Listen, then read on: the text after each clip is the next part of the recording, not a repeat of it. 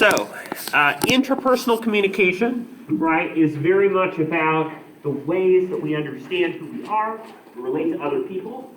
So, we'll kind of talk about Carl Rogers' model of interpersonal communication and this idea of how we form self-concept.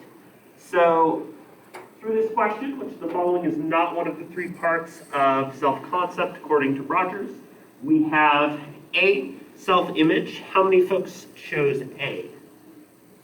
Okay. B, ideal self. C, self-worth. D, self-compassion. Yes, so great job. Self-compassion is the correct answer to this question. So, right, self-compassion is important and is something we'll talk about for today, but it doesn't really fit one of the three parts of self-concept. The easiest way to divide those up is to think about self-compassion more as a thing that you do in order to regulate and assist with your self-concept over time. So one of the models that you probably saw for today's reading that we'll be getting into a little bit more is this kind of three-circle Venn diagram that gets into the three different parts of self-concept, right? So these three different parts are self-image, which is sort of the way, if you're looking at a mirror or you're thinking about yourself, who are you? You already started to do this last week when you completed that little activity where I was asking you to write down just some words that you'd use to describe yourself. So if you said you were outgoing, silly, nerdy, athletic, and so on, right? Those all fit in the context of self-image and the way you see yourself and how you present yourself to other people. Self-worth is a little bit different, right? Because self-worth, if you think about the word worth, right? It has this kind of monetary association. How much is this dress worth? Oh, it's $50. In the same way, self-worth is about making this sort of value or judgment about who you are as a person, right? So if you say, for instance, that I consider myself to be, pretty shy, maybe you see that as a bad thing about yourself. You want to be more outgoing, and so that negatively impacts your self-worth, or maybe you feel good about being a withdrawn person. So depending on how you evaluate those parts of yourself as good or bad, right? If you jokingly say, oh yeah, I'm toxic, right? Then you might not see that as a good thing, but that's the value that you're making. And then here at the bottom, we have this idea of the ideal self. So in a perfect world, who are you? What do you look like? What do you act like? Who do you want to be? Who do you want to become? And it's totally normal for us as humans to not be in our ideal selves. Usually, there's at least one thing or two that we are not and we wish we were, right? We're always already becoming, we're growing and learning as humans, and that's totally normal. We talked last week about this idea of Maslow's hierarchy of needs, and that we use interpersonal communication. We talk to each other one-on-one through media as well as face-to-face in order to fulfill needs that we have. Maybe they're basic needs, like, hey, I really need some food and water, or maybe they're really good social needs, like making and maintaining relationships. So, at the very tippy top is this idea of self-actualization, being the best version of yourself that you can possibly be. And what Rogers says is that in order for us to achieve self-actualization, we have to have essentially overlap or congruence between these three different parts of ourselves. And this is kind of a simple, if you kind of unpack it a little bit, it makes a lot of sense, right? If there's a gap between our ideal self and our self-worth, right? We don't think of ourselves as a very good person. We think we're too shy, we're too weird, too awkward. Maybe our ideal self is somebody that's a lot more outgoing and confident. So we see a big gap.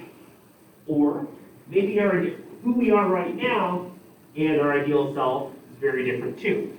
So maybe, for instance, you say, I want to have longer hair, I want to dye it purple, I want to, be a lot different in terms of appearance and how I look right now. So, while nobody is going to have a complete overlap between those things, right? We're not completely who we want to be. As long as we have some good amount of overlap between these two things, generally speaking, we can do well. As human beings, we like this idea of agency.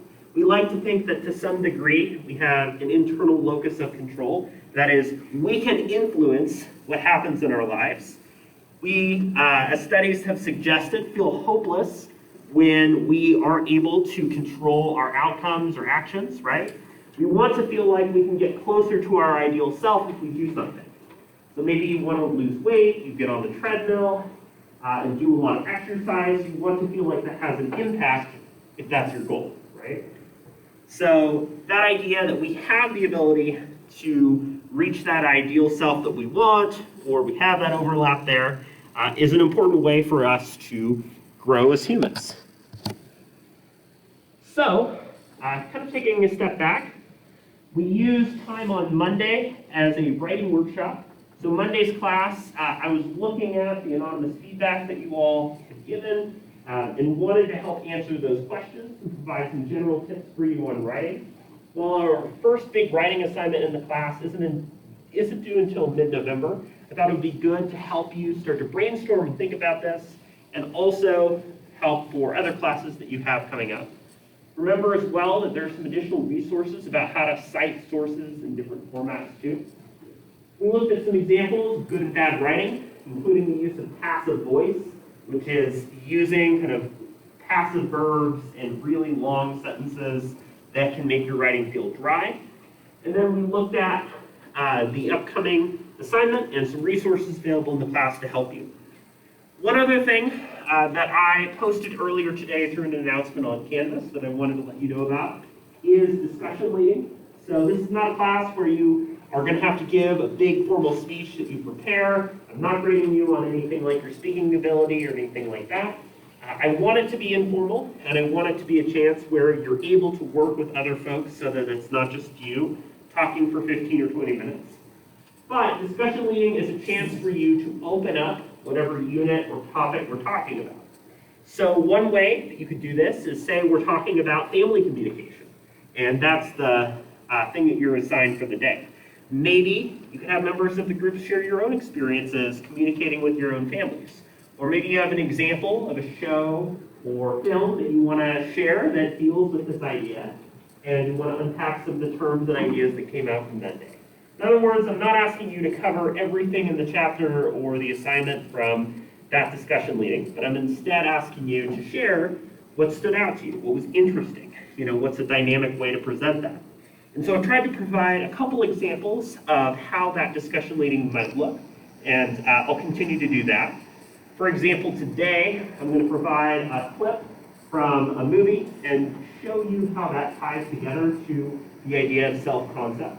That's an approach that you could take. On the form that I'm asking you to fill out, I have a checklist of all of the different days that discussion leading is scheduled. I know a lot of you have athletics or other events that mean you can't go on certain days, and that's okay. I just want you to check off the days that you can, and then I'll create the groups and schedule based on who's able to make it, what day and so. So I also received a couple of questions about some later assignments in the course, one of the assignments being the recording and the reflection essay. So that's one of the last assignments that we'll be doing, and you'll basically be writing up a transcription of a conversation with somebody else. And in addition to that, you'll be completing that response that integrates ideas from the course. I'll have a more detailed response to some of the questions that I haven't been able to get to in that form available for you on Canvas, but I can always answer your questions, cut me off, let me know if there's anything that's confusing or that I can clarify or go back to at any point in the class, and I'm happy to do that. So, before we get started on some of the new stuff for today, does anybody have any questions about anything we've talked about so far or anything about the class in general? Questions do come up at any point, again, let me know.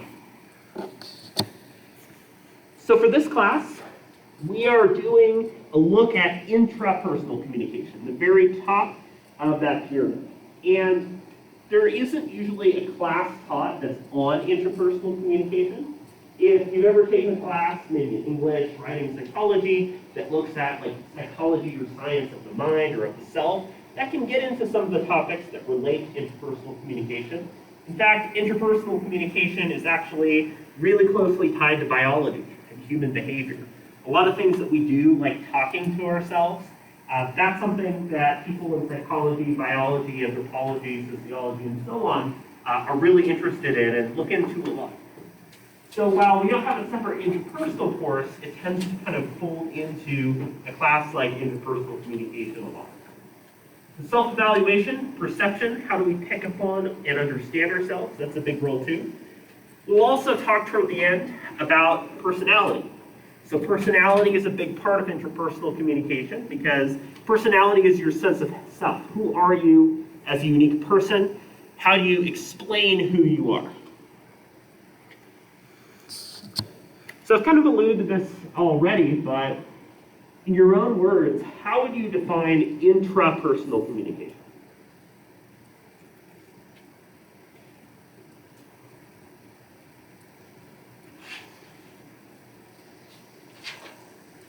Would it be speaking to somebody through somebody? Not quite. Let's keep thinking about this one. My hand up here. Any communication that comes within yourself or with yourself?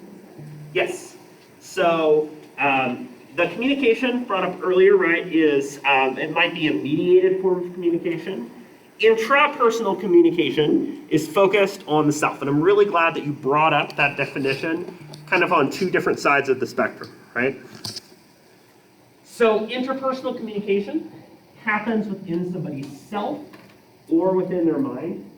And one way to think about this is the way we talked last week about how you might be doing everything from having this internal dialogue in your head up until doing something like, singing loudly in the car or, giving yourself affirmations. I can do this in the mirror, right? So the spectrum can run to from very internal. So it might be this conversation that you're having with yourself in your head, but you're not actually saying anything. If you've ever watched a TV show or movie in which there's a depiction of the shoulder angel and the shoulder devil, a lot of shows and movies do this, right? Where you have this character who is struggling. Are they going to do the right thing, the good thing on the angel side, or are they going to do the evil or the selfish thing on the other? So we have these kinds of internal dialogues and internal debates all the time, right? If you've ever watched the TV show Scrubs, the main character JD has this kind of extended series of fantasies in his head where he acts out these scenarios maybe he's doing something selfish and wants to kill somebody he doesn't like, or maybe he is just thinking through something silly in his head. That fits under that internal aspect of interpersonal communication. And again, it can range from that to talking out loud, right? Talking in the car, talking in the mirror, doing all of those types of things. And interpersonal communication, right, talking to yourself or going through that dialogue in your head is a totally normal and a totally healthy thing to do because we use communication to make sense of and filter our reality, right? It's kind of like somebody like me, right? I wear glasses as a way of filtering and understanding the world and correcting things like vision. So there have been some really interesting studies that have looked at the significance in interpersonal communication in shaping our lives. Because all the characteristics that you all have used to describe yourself, we understand and can define those because those are terms and ideas that are communicated. For instance, think about if we didn't have words and communication to describe who you are, right? You look in the mirror, or you think about yourself or you describe yourself, right? Everything from your skin color to your hair length to your height to your eye color to your eyebrows, all of those things no longer have words, right, to describe what they are. It's been really sad, but there are actually a lot of studies of people who, of cases in which, children from, when they're born at a very young age, have been essentially trapped in an attic or basement their entire life and secluded from the outside world. And one of the things that happens is, somebody's rescued, maybe as a child or teenager, they acclimate to the world, and one of the greatest problems that they have with adjustment is because they haven't had language and haven't been able to use words to communicate, they have a much greater difficulty with understanding and figuring out who they are, because up until then, they literally did not have words to describe themselves as humans. Another really interesting example is there's an indigenous group that I believe is near the Amazon River, and this indigenous group is what's considered anumeric. So this group has words to describe the numbers 1, 2, and 3, but after the number 3, they instead have a word to describe several. Members of this group don't necessarily need to describe large quantities of items regularly. And so, members of this group were asked, there were like 4 sticks stacked together and 5 sticks. What is the difference between those two things? Members of this group said, well, they describe it the exact same way, as if it was the same thing, right? This idea that discourse and language shapes reality, it's our filter, right? It's our glasses that help us make sense of the world, is deeply connected to interpersonal communication. We communicate, we understand ourselves and who we are, and we use that to contrast with and understand the rest of the world. A major component of this, right, is that interpersonal communication involves evaluation and judgment. This model here that's in this chapter, I think, is a really cool way of thinking about this process and thinking about why interpersonal communication is really important, right? So maybe you're looking in the mirror and trying to hype yourself up. Maybe you've got, soccer competition this weekend, you're really excited, right? You're communicating, hey, I can do this, I got this. You're feeling good, right? You're communicating to yourself by doing that and encouraging yourself. You're building up your self-esteem. Fake it till you make it, right? You're feeling good, you get up, and maybe, you see your teammates, and through feeling positive and feeling good, right, that is contagious, it passes on to them. You're using communication, and self-esteem is building further, right? Because we use words to make sense of and figure out who the heck we are as people, right, those words become internalized and valued on us as human beings. So I think there's a really good example of kind of seeing this in action. So I know a lot of folks have probably seen several teen or kind of coming of age style films, right? So there's a lot that immediately come to mind. Your Mean Girls, Superbad. There's all sorts of movies that kind of fit under this young adults, high school experience, trying to figure out who the heck they are. So there's a lot of different examples, but there's one that I wanted to bring to mind, not because it's like an especially popular or amazing movie, right?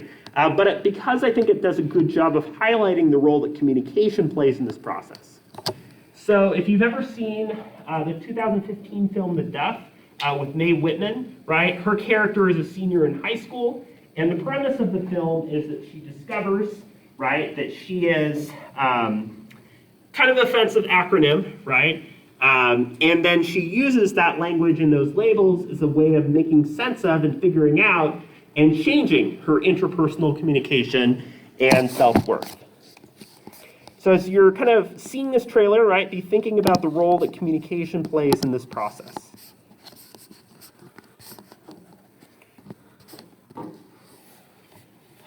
Oops.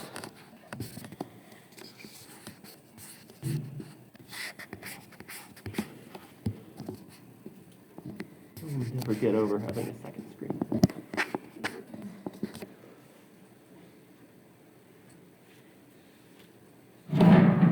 Oh, and in case you were wondering, the screensaver is from one of my favorite video games for the PlayStation 2 called Persona 3. So if you've ever played the Persona series of video games, yeah, I like this a lot.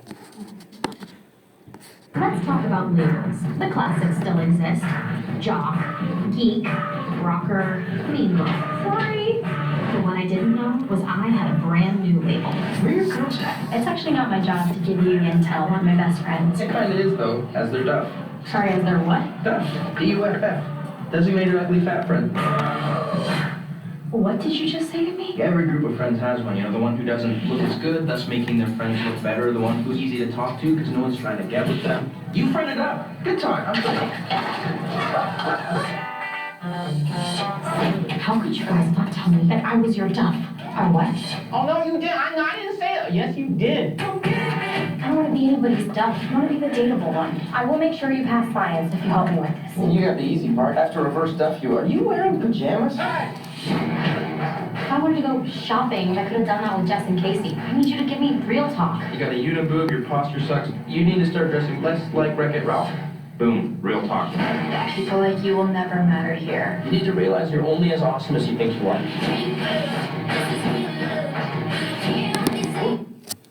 So, kind of mean, right? Mean phrase to use to describe somebody else. But I do think that the film, right, is using that as a starting point to have a conversation about identity, self-worth, our valuing of ourselves as humans, and so on. So,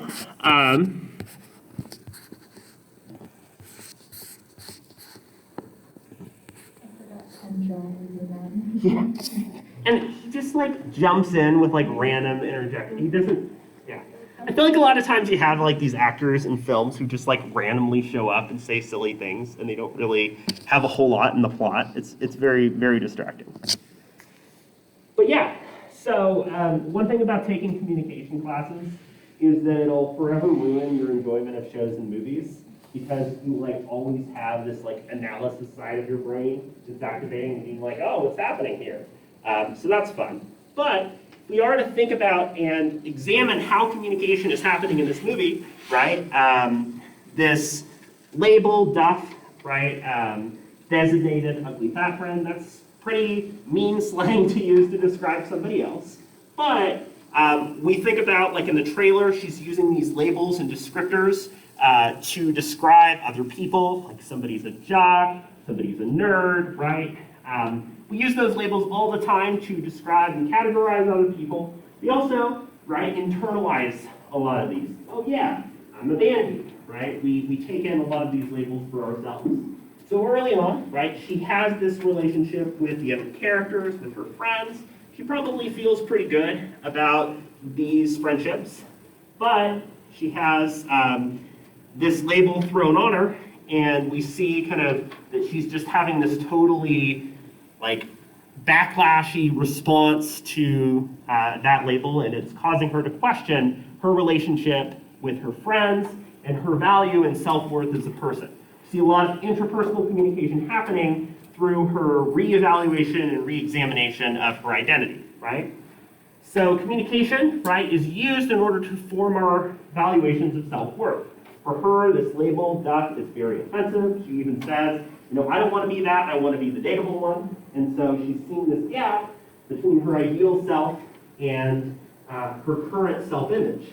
She's also seeing, by having this label used to describe her, that she's shifted from her previous sense of self-image to this new one, where suddenly she's looking at her relationships in a much more cynical way. Creates this negative self-evaluation, and again, this incongruence. If you don't have overlap between your self-esteem, your self-image, and so on, then you're going to feel frustrated and feel like you're not the person that you want to be, right? So that ties to the thing I brought up earlier, right? Again, self-concept is what we believe about ourselves. It's how you understand yourself as a person. And again, it includes both the self-image. So does she see herself as popular, as having good friends? Well, probably early on, but now she's calling that into question. Self-worth, she now has this label used to describe her that she doesn't like, that she disagrees with, and she sees as negative, and now has an ideal self who she wants to be that she sees in tension with who she is now. I want to be the dateable one. I don't want to be this, right? So again, self-image is this idea of who you are. It's looking in the mirror and figuring out who you're looking at. And how do you know this? Sometimes it's our social relationships, friendships, family members, dating. Maybe it's a nickname that we've had ever since we were preschoolers that just stuck with us for the rest of our lives, right? Oftentimes, parents and family members love to give us silly nicknames that stick with us over time, but that might be a part of how we identify ourselves. So self-image avoids a judgment. It just says, who is this? Who am I? Self-worth, again, is giving that value judgment, is saying, okay, I know who I am. This is a good or a bad thing. One of the biggest questions that we ask ourselves is, am I a good person? For instance, maybe you feel like you've done something selfish or a friendship with somebody else has eroded and you feel like you haven't connected with them as well, right? You might be questioning, am I a good friend? Am I doing a good job here? I like this image here to describe the ideal self, right? We have a pawn chess piece and it's looking and seeing itself as like a queen or a king. And in the same way, again, it's healthy for us to have this ideal version that we want to be. Who do you wish you were? If you've ever seen the superhero film Shazam, I think it's a really good example of the ideal self, right? The main character is kind of this young boy who is teased a lot and doesn't feel like he's particularly respected or trusted, right? He gets these superpowers that allow him to like magically transform into an adult, and suddenly, right, he is not only really strong, but he has grown up and looked the way that he wants to. There's a lot of media that has examined this type of thing, where you have like younger characters who want to suddenly get older, right? For instance, 13 Going on 30, Freaky Friday, are other examples of characters who are grappling with this idea of an ideal self, right? And then self-esteem involves a subjective evaluation. Both of those things are important here, right? Subjective, you can think about as the opposite of objective, right? Objective or objectivity suggests this is true about the world. We are in a room, there is a table here, right? It suggests that there are indisputable facts about the world and how it's created. And it's important for us to think about when we're evaluating our self-esteem or self-worth and all of those things, right? These are not objective facts. We're our own worst critics. We are exceptionally hard on ourselves compared to other people, right? And so as a result of that, our evaluation of ourselves and how good we are as people is a subjective, and then again, evaluation or judgment that we're placing. How am I compared to other people? How popular am I? Those are the kinds of evaluations that we have to make all the time. So I'd like us to take some time, and you can either use this on a device and type this out, or if you want to get out a clean sheet, I will be collecting this for attendance in just a little bit. I want us to build on the activity we did last week, where I asked you to use some words to describe yourself. Now that we've talked a little bit about the idea of self-concept, what I want you to do is divide some of the words that you might have used last week, and you can come up with some new words too to describe yourself, into the three different categories that we've talked about in self-concept, right? Self-worth, self-image, and ideal self. You can do this a couple different ways. You can either draw out these circles, right, and overlapping Venn diagrams and just write the words in there. You can list it out if it's easier for you to do that on the computer or by hand as well. But write your name on that sheet of paper. Just jot down, where you see those words fitting. So for instance, maybe you see something like being strong as something both in terms of your self-image and your ideal self. It is something that you have, like you're pretty strong, you can deadlift pretty well, but you want to get stronger. So maybe it fits in this overlapping space right here. So I want you to kind of take some time to sort the words that you've used to describe yourself. You do not have to share that with anybody else in the course. I'm just going to grab it at the end for attendance. So whatever you're comfortable writing is totally fine. And as you're looking through that, one thing that you might ask yourself is, to what degree are these bubbles overlapping, or are they not overlapping? Do you see these different words as being very separate from each other? So I'll give you a little bit of time on that. And then we'll move on and talk a little bit about personality.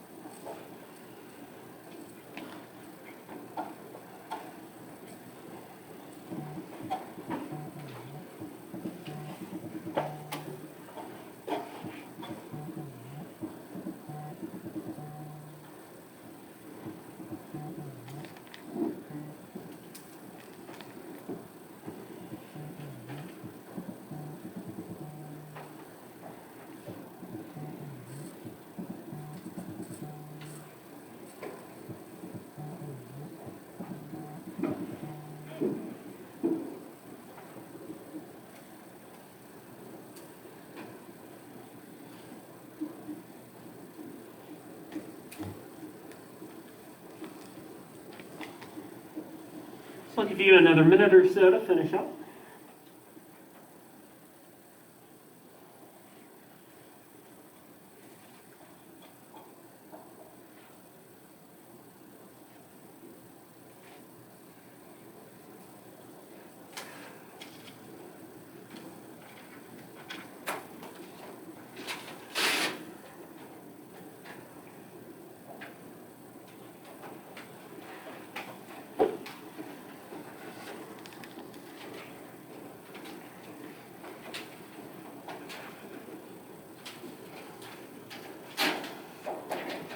And finish up the current thought or idea that you have. I'm not going to collect these right away. I'll just ask that you turn them in at the end of class. So if there's any random things that you want to tack on in the last few minutes of class, that's totally fine. So I had you do this to think about, again, some of the overlapping and intersecting elements and also things that are kind of different between these three parts, right? One thing that oftentimes happens is people realize, that they do have that middle space there. Again, something like being strong, something you've made progress on, but maybe you want to do more with, right? We're always already becoming and growing as people. So it's just kind of a fun way to think about the labels and words that we use to describe ourselves. To what degree are these aspirational, who we want to be, versus who we are, and whether or not we see that as good or bad.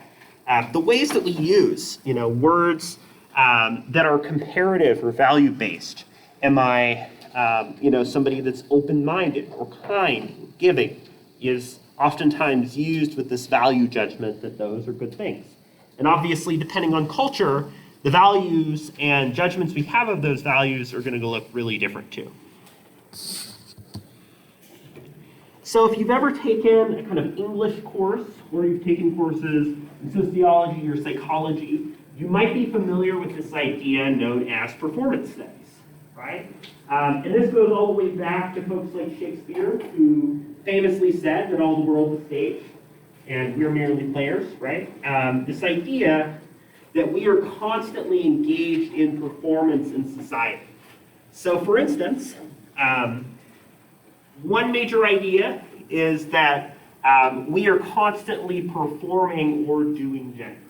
Whether we think about it or not, right? The clothes that we put on, the ways that we might express ourselves, and so on, like all of those elements in constant presentation is a way that we are kind of repetitively performing that behavior. We can also think about how the usage of certain words and terminology has changed. So one thing to think about is how a lot of terminology has at times been reclaimed, or its meaning or value attached to it has changed over time. One really good example of this is the word queer, right? It had a kind of neutral kind of meaning happy term early on. It was used for a long time in a very derogatory way to describe LGBTQ plus folks, right? And this term can still at times be used in a derogatory way, but oftentimes now is used in more of a kind of reclaiming or reusing the terminology in a new way. Somebody might proudly identify themselves as queer as a way to kind of mark themselves and their self-worth, right? So none of the words and concepts we use to describe ourselves are fixed. Their value, the social value that we attach to them, and so on, can change over time.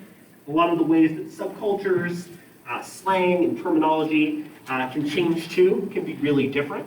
So there's a lot of discussion about how certain words are reclaimed or used in different ways, and so on. But I wanted to bring up the idea of performance when we're talking about the looking glass self, right? Best way to describe this is, when you're walking around in a normal day, you are essentially in first-person view, right? Like, you have a general sense when you're looking at the mirror in the morning about what you look like, but as you're walking around, you are not entirely sure, but you have an idea or a vision in your head. Maybe you're worried that you have like broccoli in your teeth or a leaf in your hair or something like that, but in general, you have an idea of who you are. The looking glass self is just that. It's how we project an image onto ourselves. It's how we think we're looking and behaving as we're going about our lives. So we use our imagination, we picture how we're performing, how we're behaving day to day. We have this image in our head, but we think, okay, how does this look to other people? We know that other people are going to look at this image of us, they're going to see us, and we're going to imagine, what do they think about us? Maybe they say, oh, hey, I really like your pants. Maybe you just got some new shoes, and you're really excited to have your new shoes, right? You might be thinking about how other people imagine us. And then we react to this imagination. So if you're really embarrassed about, having a bad hair day, and you worry about other people seeing that, you're imagining how they'll judge you. So we do this all the time. We're imagining how we're behaving and acting day to day, and how we're appearing to other people. It's a really big part of interpersonal communication, is how we make those judgments. Another issue that ties pretty closely and was the incorrect answer to today's quiz question is the idea of self-compassion. Self-compassion is a big way that we can help bridge the divides between our self-image, our ideal self, and self-concept, right? Self-compassion is about essentially extending the same degree of kindness and support that we ideally would give to other people, to ourselves too. Again, we are our own worst critics. One thing that the textbook brings up for this chapter that I think is a pretty good way to describe it is, avoiding the vulture that's like circling over you and essentially saying mean things about you all the time. We oftentimes deal with that a lot, right? These kind of self-critiques, self-loathing, and so on, right? It's like a lot of millennial and Gen Z folks like to use self-deprecating humor as a cry for help, right? And so oftentimes we'll use that type of humor and behavior as a way to push back against things like self-compassion. But showing respect for ourselves in the same way we do for other people is really important. So the last thing that I want to touch on for today is in regards to personality, right? And I know there's a lot of different tests and measurements that were brought up in the textbook for today. And I'm not going to ask you to know all these different personality tests or measures. Instead, I think the important takeaway here is that personality is shaped by, and again, has that mirror relationship with our own sense of self. So interpersonal communication and personality really closely tied together. So my parents were both social workers and therapists. They came from a really kind of psychology and clinical background. And they famously hated, famously in our own house, I guess, they hated personality tests. My dad always liked to say that, you take a personality test and that reduces who you are, right? You are much more than an INFJ. So, personality tests can be helpful to figure out certain parts of our identity, but they don't necessarily tell us the whole picture. So personality, right, is this combination of ideas that make us who we are. So when some of you brought up some of the words to describe yourself, such as outgoing, such as, open-minded, those were things that kind of make up personality traits. We know who we are because we know who we're not, right? If I'm outgoing, that means I'm not introverted, I'm not shy, I'm not this or that. Myers-Briggs is a really popular type of personality test that measures your things such as your introversion versus your extroversion, whether you're thinking or perceiving, and so on. That's one of the popular types of personality tests, but there's a lot of other ones out there. So, how we know our personality, how we develop a self-image, and to some extent, right, this kind of evaluation and self-worth based on that is through a lot of those social factors. Again, in the movie The Duff, right, Mae Whitman's character uses her friendships as a way to understand her personality and characteristics and realize that, she's not coming across as who she wants to be. So friends play a really big role in shaping and understanding our personality. You have a friend that says, oh, you are so talkative. You have such a bubbly and sweet personality, right? Personality tests, again, can help a lot. Myers-Briggs is a big one, but there's also the Ocean personality test that examines things like openness, and so on. Family plays a really big role too, including some of the ways that family members might identify together. So you might say something like, well, we're a weird family, or we're a family that likes to talk a lot. Oftentimes we'll carry on a lot of personality traits that other members of our family exhibit too. Dating and relationships can tell us a lot about family and friendships, right? Because we get to know somebody in a really romantic and or intimate way, right? That oftentimes reflects a lot on how we understand ourselves, our limits, our boundaries, and so on. Reputation plays a really big role. So I get a ton of spammy listicles on social media. One of them is sort of like, here are the kindest and most generous actors who are the easiest to work with. And you've got that kind of list, right? The reputation, the characteristics, is that person known to be a good person to work with, or are they, very angry on set? Well, that's a parasocial relationship that we'll get more into later, where you know them, but they don't know you. But those ideas and how we ascribe value to things like celebrities, or friends, or family, and so on, play a really big role in our personality as well. Your reputation precedes you. The values and beliefs and assumptions that people have on who you are as a person might impact you before you've even met that person, right? So if you're like, hey, you don't take a class with Ben, it's pretty weird, reputation is going to shape your interactions. Social media activity is a pretty big one too, right? So one term that has been used a lot, and in many ways critiqued a lot, right, is the term basic, right? So basic gets used a lot to describe, there's a photo of somebody with their pumpkin spice latte and so on. And a lot of people have clapped back and said, hey, you know what? I think it's great. I should be able to enjoy stuff in the fall. Basic is oftentimes used disproportionately towards women, right? And so there's a lot of ways that we both code and critique those codes that we use social media in as well. So there's some ways that we can measure and think about personality. Again, I'm not concerned about you knowing and being able to memorize all these different personality tests and measurements.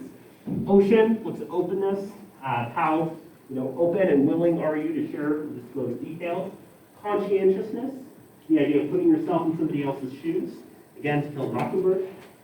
Extroversion, how outgoing are you versus how withdrawn? Do you recharge with other people or do you recharge alone?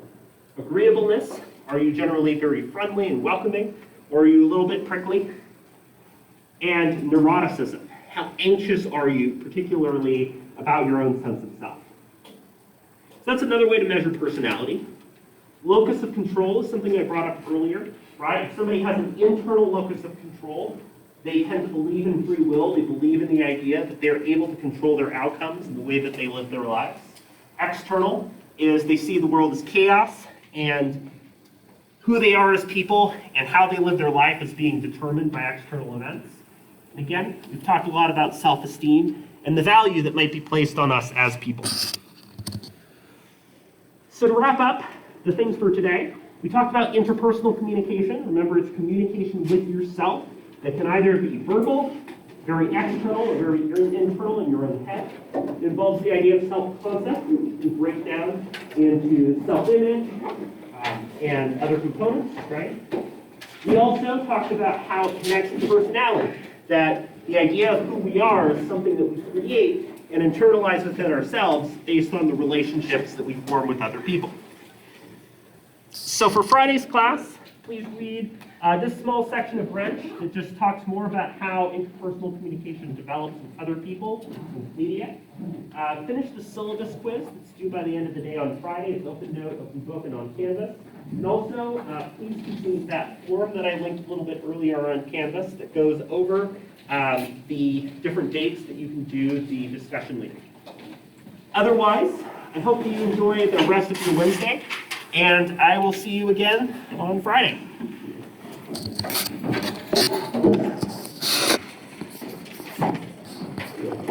I'll grab these on your way out. Awesome, thank you. Good day. Thank you.